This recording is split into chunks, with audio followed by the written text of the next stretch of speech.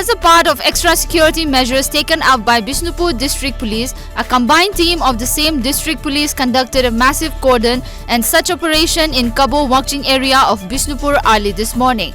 Reportedly, altogether 920 individuals were verified.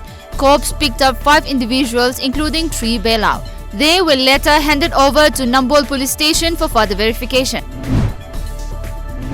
Expressing joy and contentment over the introduction of inner line permit system in Manipur by the centre, Thabal Chongba was held at Khurai Lamlong of Imphal East last night.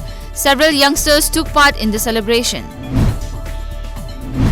Various organizations working for prevention and control of viral hepatitis sought the implementation of the centre's program for free treatment and diagnosis of hepatitis in Mizoram. Leaders of the organization said that the National Viral Hepatitis Control Program, which was launched in the country in July last year, has not been implemented in Mizoram till date.